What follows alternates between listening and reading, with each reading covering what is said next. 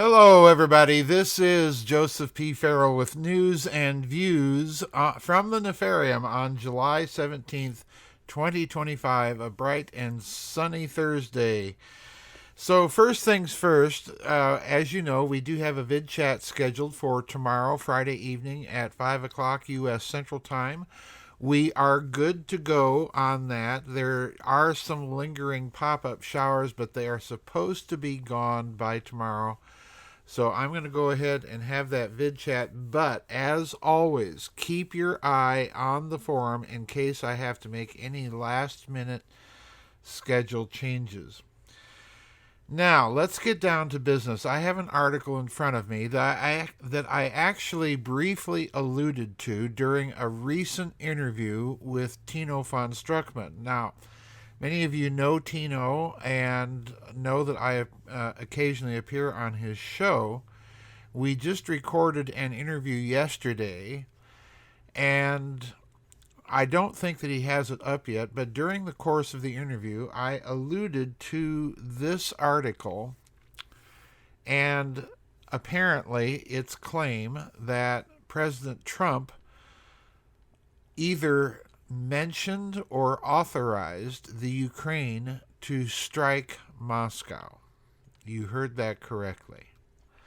Now, during that interview, Tino said that he had heard otherwise, that this was not the case, and that no such inquiry nor escalation had been made nor indicated by President Trump. Nonetheless, the story is out there, and I want to talk about this particular version of it and give you my high-octane speculation as to what I think might be going on.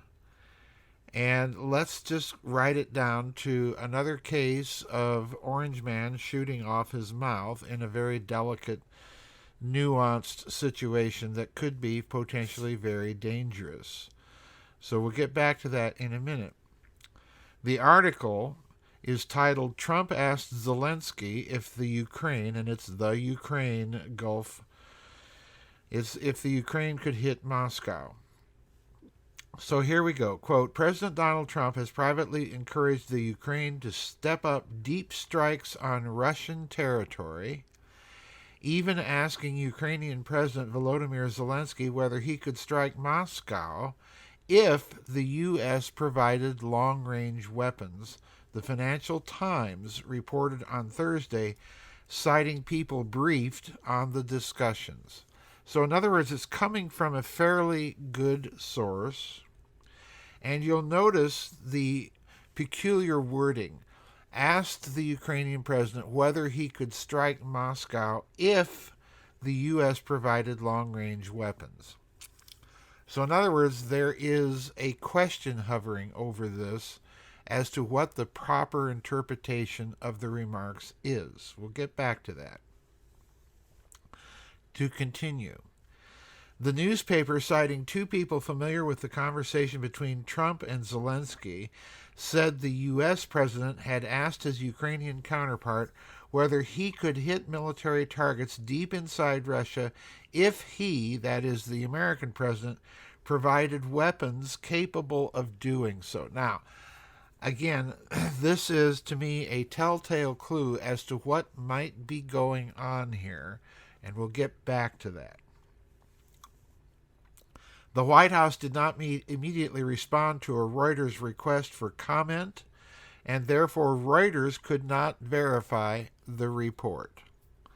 Now, I'm skipping all the way to the end of this article and reading you the final paragraphs. Quote, Moscow said it needed more time to respond fully to Trump's statement, but hinted it did not appear conducive to successful negotiations. Quote, it seems that such a decision made in Washington and in NATO countries and directly in Brussels will be perceived by Kiev not as a signal for peace, but for continuation of the war, unquote, Kremlin spokesman Dmitry Peskov told reporters. Quote, President Trump's statement is very serious. We need time. Now notice this, the Russians need time to analyze exactly what the statements were, and I'm assuming to also establish whether or not such remarks were actually made. Okay, and I suspect that they were, and I suspect that the Russians have latched on to the subtlety that I am going to be talking about and referred to earlier. So to continue. We certainly need time to analyze what was said in Washington, unquote, he told reporters in Moscow's first reaction to the comments. Trump warned that if no deal was concluded, he would slap severe tariffs on Russia's remaining trade partners in a bid to impede Moscow's ability to finance its military offensive. Pumped up by huge state spending on soldiers and weapons, as well as by redirecting vital energy exports to the likes of China and India, Russia's economy has so far defied Western hopes that sanctions would push it into a deep recession, unquote. And that's the end of the article. Now, as I indicated, there are some subtleties in the diction, in the reporting by the Financial Times and in this article, and I strongly suspect that those subtleties were there in President Trump's original inquiry. Notice what he said, according to this article. He specifically inquired whether the Ukraine could hit Moscow if America provided it long-range missiles. Now, I read this as being a bit of diplomacy by innuendo or diplomacy by deliberate ambiguity, for the simple reason that the sanctions regimes that the United States have tried to impose on Russia have really backfired and only made the Russian economy more self-sufficient and stronger. In other words, Washington has no leverage. Let me repeat that. Washington has no leverage. So let's look at what the real game might be here, at least as far as Washington is now concerned with the Trump administration. I strongly suspect that the Trump administration knows that the proxy war is not ultimately going to end in any other way other than a Russian victory, for the simple reason that the United States and its Western allies are incapable of supplying the amount of weapons and munitions that the Ukraine needs to sustain a defense. In other words, the military situation is handwriting on the wall. What I suspect, at least the Trump administration is trying to do, is keep the war going and in the process weakening Russia as long as is necessary for the United States to complete or finish its so-called pivot to the Pacific, which was begun a few administrations ago. But this does not explain the subtlety of the diction that we have seen in those first two paragraphs that I read you. So why is Trump inquiring if the Ukraine could hit Moscow if the United States provided it long-range weapons? And here's what I think is really being asked. Can you, if we supply the long-range missiles, can you target Moscow on your own without relying upon American satellite intelligence and global positioning satellites to do so? Now that's an extraordinary subtle thing, but what it really means is that if we go ahead and supply you the long-range missiles, will you be able to hit Moscow directly on your own? Do you have that capability?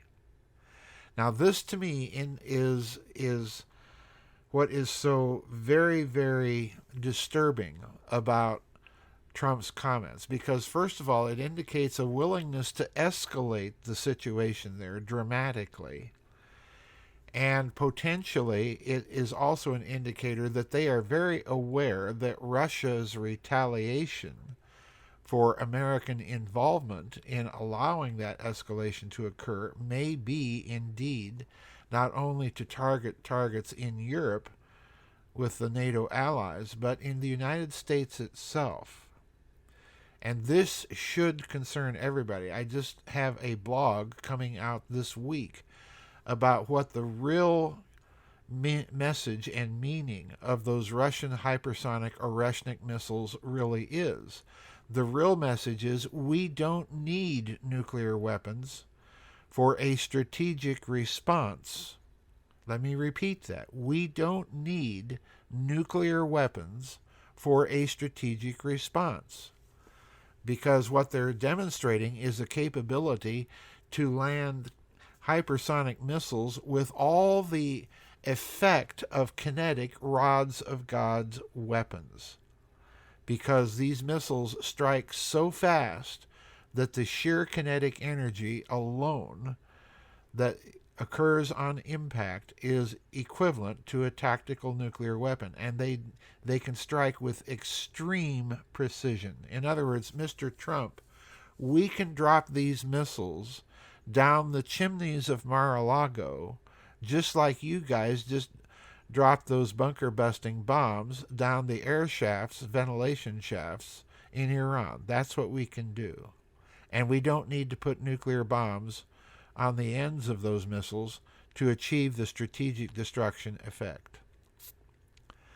So I suspect that Trump is attempting to send a message both of willingness to escalate and to withdraw American intelligence and global positioning support from the Ukraine. Hey, can you guys just land your missile within the ballpark without our help? If not, let me know. And this, folks, if this reading is correct, and I grant you that there are other possibilities, I grant you that. But if this reading is correct, this is a very dangerous, foolhardy, and stupid escalation for the very simple reason that Russia has been warning the West for years since the beginning of this proxy war that they reserve the right to escalate and strike targets in Europe if the support of weapons to the Ukraine continues to go. And most people have interpreted the lack of a Russian response up till now to be weakness. It is not. It is reluctance to expand a war that they themselves did not want to get into, but felt compelled to get into by the actions of the West in support of this kooky regime in Kiev. And we didn't listen to the Russian warnings prior to the beginning of their special military operation. I suggest it's high time that we take Russian warnings seriously, because we don't want those Oreshnik missiles landing on targets in Europe, much less the United States. So that's my read on this crazy inquiry that Mr. Trump made to the equally crazy Volodymyr Zelenskiy. And that's it for our news and views for today. Don't forget, we have the vid chat tomorrow evening at 5 o'clock, but keep an eye on the forum for any last-minute schedule changes. We're in that pop-up storm period of the season, and they are popping up, trust me, today. But I'm hoping that, like last week, we'll be able to get away with our vid chat without a schedule change. And as usual, I'll be in the chat room a little early to make sure that everything is working. Remember to get your questions and comments in no later than 10 o'clock U.S. Central Time tonight. Keep your questions and comments limited to one page. And we'll see you on the flip side. Bye-bye, everybody, and God bless.